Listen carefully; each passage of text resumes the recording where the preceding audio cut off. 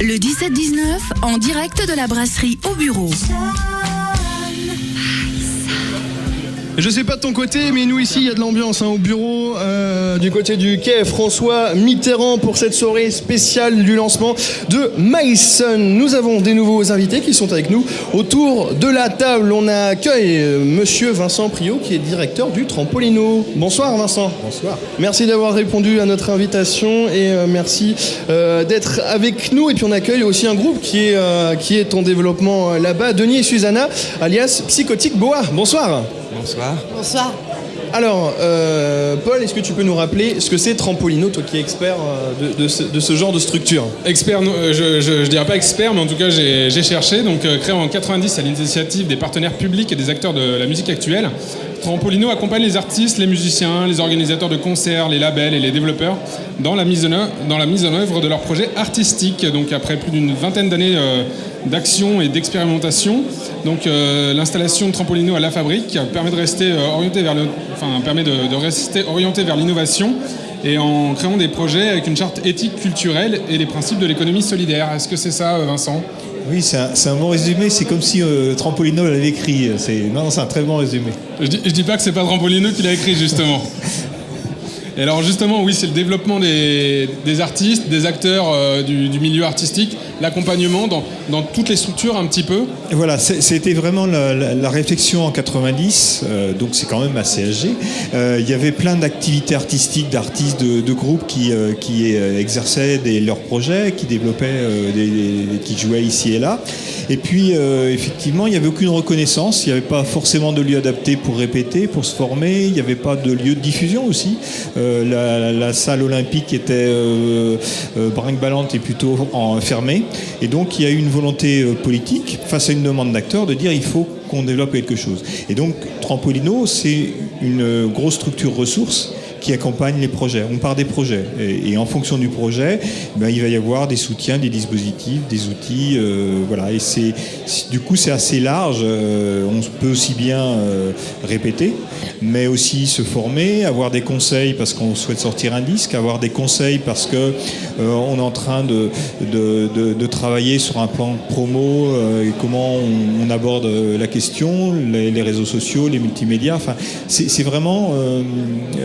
on se met au service des acteurs et de leurs projets. C'est avoir une structure, un lieu qui permette comme ça l'épanouissement de groupes, d'acteurs aussi dans le milieu. Le fait d'être en proximité, parce que vous êtes juste à côté du Stérolux, c'est aussi une collaboration qui fonctionne, c'est une complémentarité ? Oui, alors c'est bien ça l'enjeu de la fabrique. Ça a été de dire comment on regroupe différents acteurs qui s'inscrivent dans des projets autour de la musique, des arts numériques, du cinéma expérimental, de l'image, etc., pour faciliter les synergies qui existaient déjà et puis essayer d'aller un petit peu plus loin. Et donc, oui, nous, on a un certain nombre de projets en partenariat avec Stérolux. Après, on a aussi une mission régionale, donc on travaille avec un certain nombre de lieux, le Chabada à Angers, le Fusion à La Roche. Donc, il y a un certain nombre d'actions qui, en fonction des projets, se développent avec des partenaires différents. Alors justement, une application comme Myson, est-ce que ça peut aider aussi au développement de jeunes artistes en devenir ? Et même à leur diffusion, par exemple. Et à leur diffusion. Alors, je crois qu'il y a un contexte très différent entre hier et aujourd'hui. Hier, effectivement, on avait une structuration musicale qui reposait sur une industrie du disque très forte. Donc, du coup, il y avait des labels, des distributeurs indépendants. On avait un écosystème qui, globalement, fonctionnait.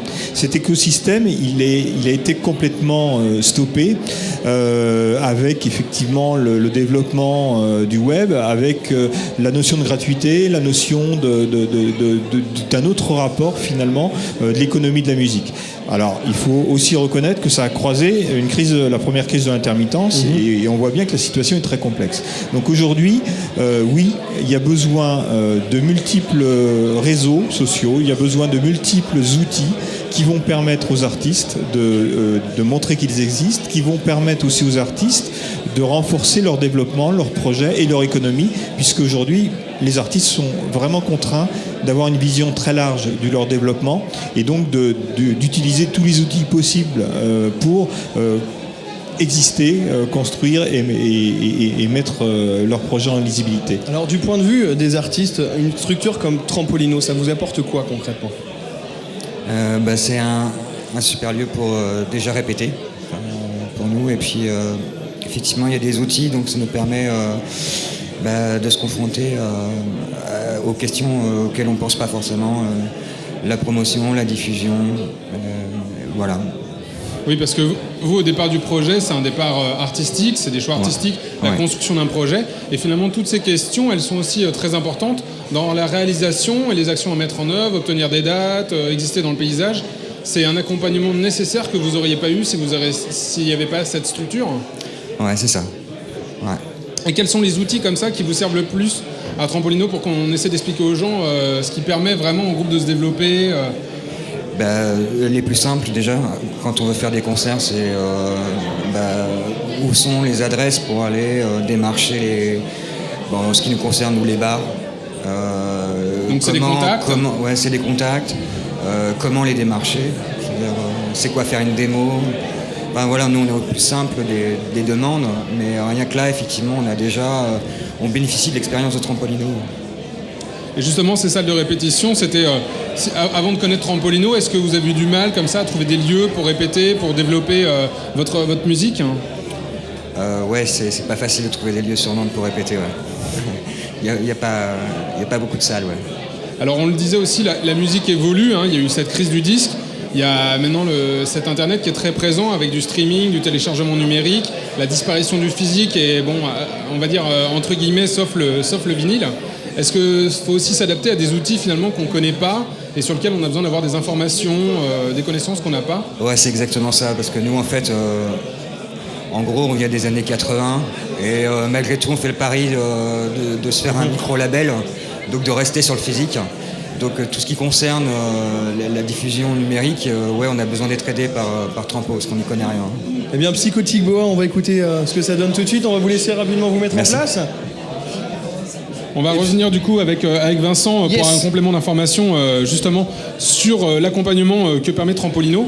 C'est aujourd'hui Trampolino et l'accompagnement qu'il permet, ça a aidé combien de groupes à éclore, aujourd'hui il y a combien de groupes qui bénéficient de la structure actuellement ? Alors, ça dépend des actions et des projets, en fait, parce qu'on a différents dispositifs qui vont répondre à des besoins particuliers. On a un dispositif Artistes en scène, qui est un dispositif de formation résidence avec les lieux principaux de diffusion de la région. Là, c'est 6 artistes accompagnés chaque année. On emmène sur Bourges ou sur les transmusicales des festivals rendez-vous importants avec les professionnels, 3 à 4 artistes par an. Ensuite, on a le dispositif MAD, qui est plutôt orienté sur les musiques amateurs. Là, on va être à une vingtaine d'artistes accompagnés. Ensuite, on a des actions de formation internationales ou alors des stages particuliers. Donc là aussi, ça va être différent. Puis après, il y a les studios de répétition où on est quasiment à 180 groupes à répéter. Enfin, voilà. Donc c'est vraiment... il y a un moment, on parlait de boîte à outils. C'est cette notion de boîte à outils qui, à un moment, peut fonctionner. Je vous remercie beaucoup, Merci, Vincent Priault, d'avoir été avec nous. Et puis tout de suite, on en profite. Psychotic Boa, c'est maintenant sur Sun.